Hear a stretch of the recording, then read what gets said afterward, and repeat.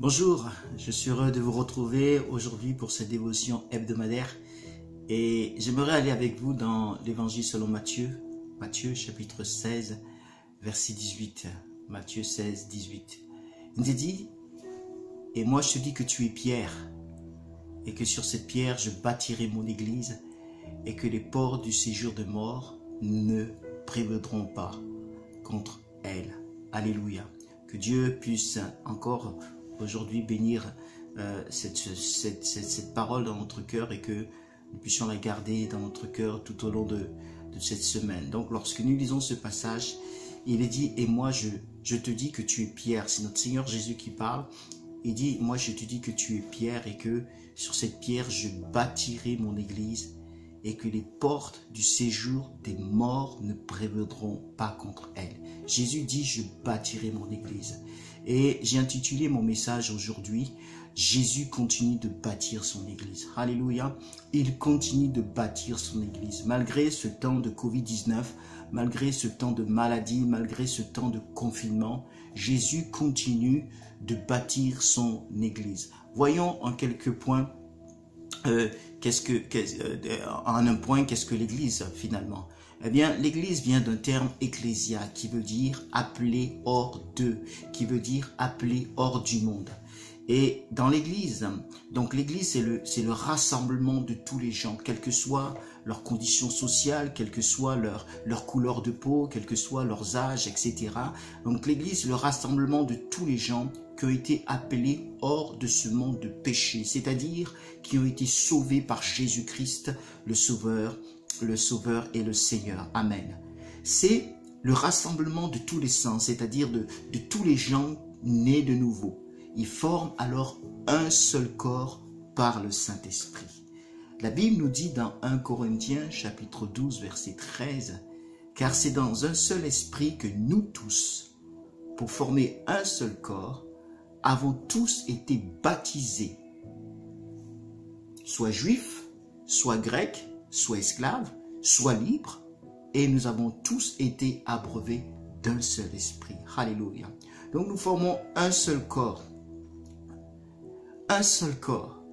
Cette église, elle est locale, mais aussi universelle. Donc l'église, on voit bien donc que l'église n'est pas un club, ni un bâtiment. D'ailleurs, voyez-vous, nous avons des bâtiments, mais ils ne sont plus actuellement utilisés à cause du Covid. Donc, voyez-vous, si l'église était un bâtiment, elle cesserait d'exister. Mais elle n'est pas un bâtiment. Elle n'est pas un bâtiment. Et l'église continue, alléluia. L'église n'est pas une institution humaine ou une organisation humaine, non. Cette église, elle est née au jour de la Pentecôte, lorsque l'Esprit de Dieu est descendu sur les 120 disciples au jour de la Pentecôte. Amen. Et aujourd'hui, cette église de Jésus, elle est attaquée. Elle est attaquée par la maladie, elle est attaquée par les hommes, elle est attaquée par les puissances des ténèbres. L'église est montrée du doigt, elle est insultée, etc. Mais depuis qu'elle est née, cela a toujours été ainsi. Elle est comme dans une période de turbulence, une période de tempête. Mais n'oublions jamais, mais alors jamais, que l'église est instituée par Christ et non par un homme. Alléluia. Jésus dit, et moi je te dis que tu es Pierre, et que sur cette pierre, je bâtirai mon église. Il dit, je bâtirai mon église. Jésus est le divin architecte. Ce n'est pas un être humain qui bâtit cette église, c'est Jésus. Jésus-Christ est le fondement de cette église. Il en est la base, il en est la pierre angulaire. Il est dit dans 1 Corinthiens 3:11, car personne ne peut poser un autre fondement que celui qui a été posé, savoir Jésus-Christ. Personne ne peut fonder un autre fondement, un autre fondement que celui qui a été posé, savoir Jésus-Christ. Donc, il est la pierre angulaire de cette église. Il en est la base. Il en est le fondement. Cette église est le corps de Christ. C'est l'édifice du Dieu vivant. Et Jésus-Christ aime cette église d'une manière indescriptible. Il aime cette église d'une manière insondable. Il a donné sa vie pour elle. Il s'est livré pour elle, alléluia, à la croix du calvaire, pour qu'elle soit sanctifiée. Sur cette croix, Jésus a donné sa vie. Son sang a coulé pour l'Église. Oui, son sang a coulé pour l'Église. Pour chaque être humain. Afin que cette personne, cet être humain, se convertissent et fassent partie de l'Église de Jésus-Christ. L'Église est donc très précieuse pour Jésus. Elle est sa perle, elle est l'élue, elle est la fiancée, elle est l'épouse dont il est lui-même l'époux. Il aime l'Église jalousement. Merci Seigneur. Donc, qui peut aller contre Jésus pour l'empêcher de bâtir son Église? Quel virus peut aller contre Jésus pour l'empêcher de bâtir son Église?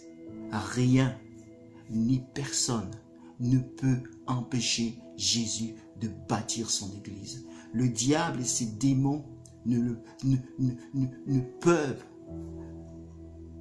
peuvent pas, puisque Jésus a dit que les portes de l'enfer ne prévaudront point contre elle. Alléluia.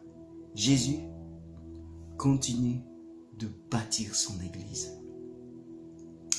Malgré ces temps de maladie, malgré ce temps de Covid-19, malgré ce temps d'attaque, malgré ce temps également de confinement, Jésus-Christ continue de bâtir son Église. Amen. En retour, cette Église doit avoir un amour pour son Sauveur, marcher dans l'obéissance à lui.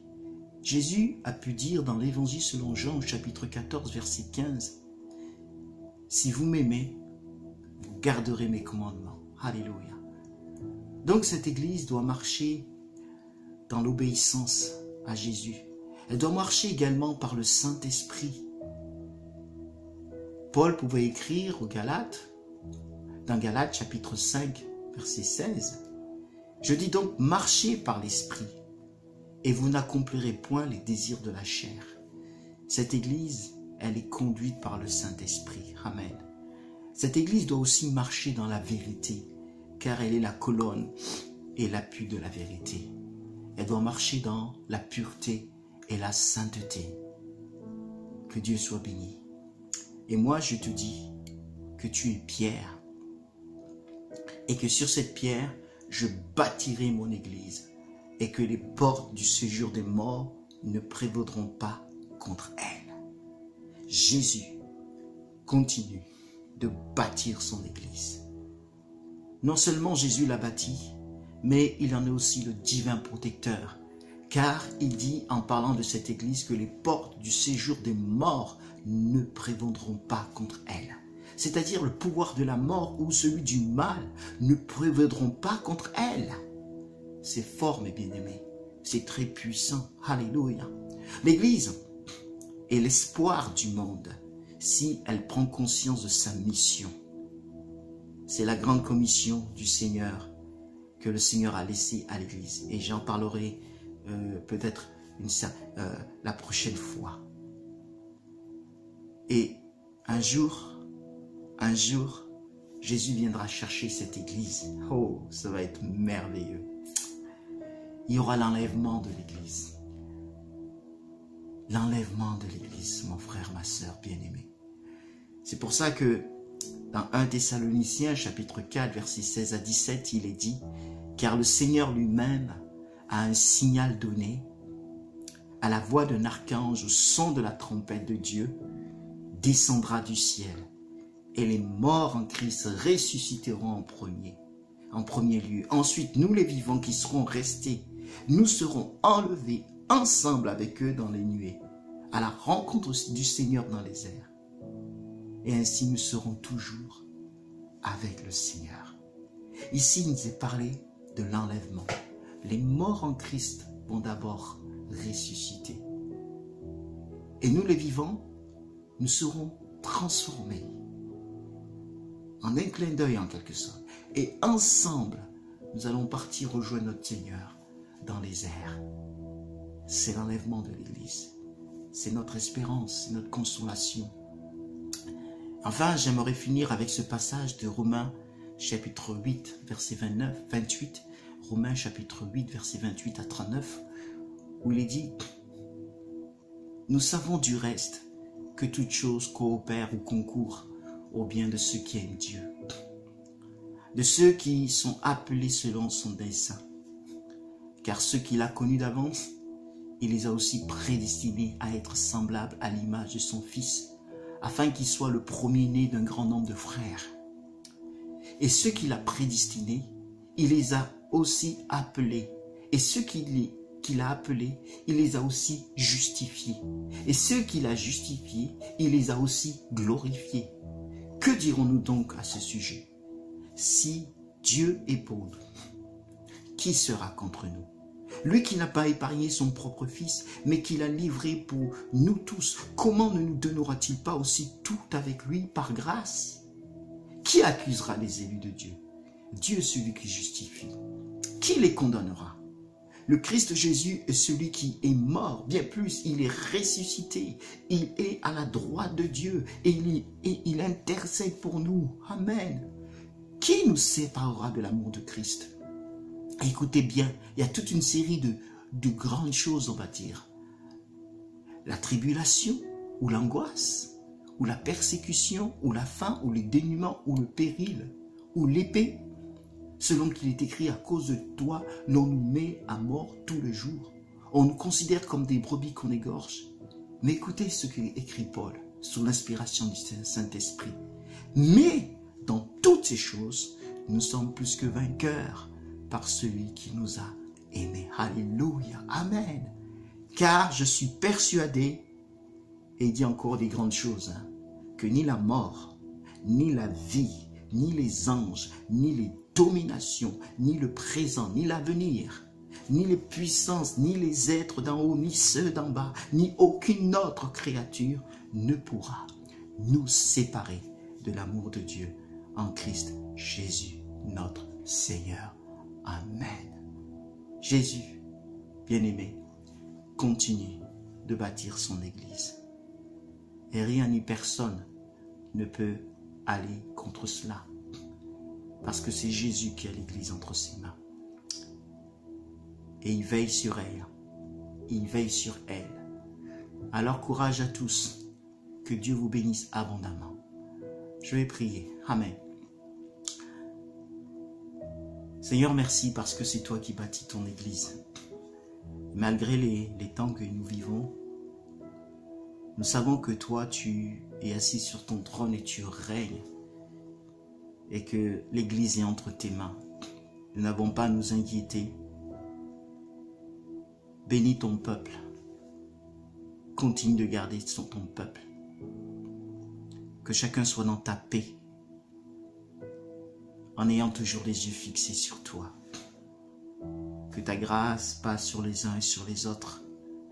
Bénis la semaine de mon frère. Bénis la semaine de ma sœur.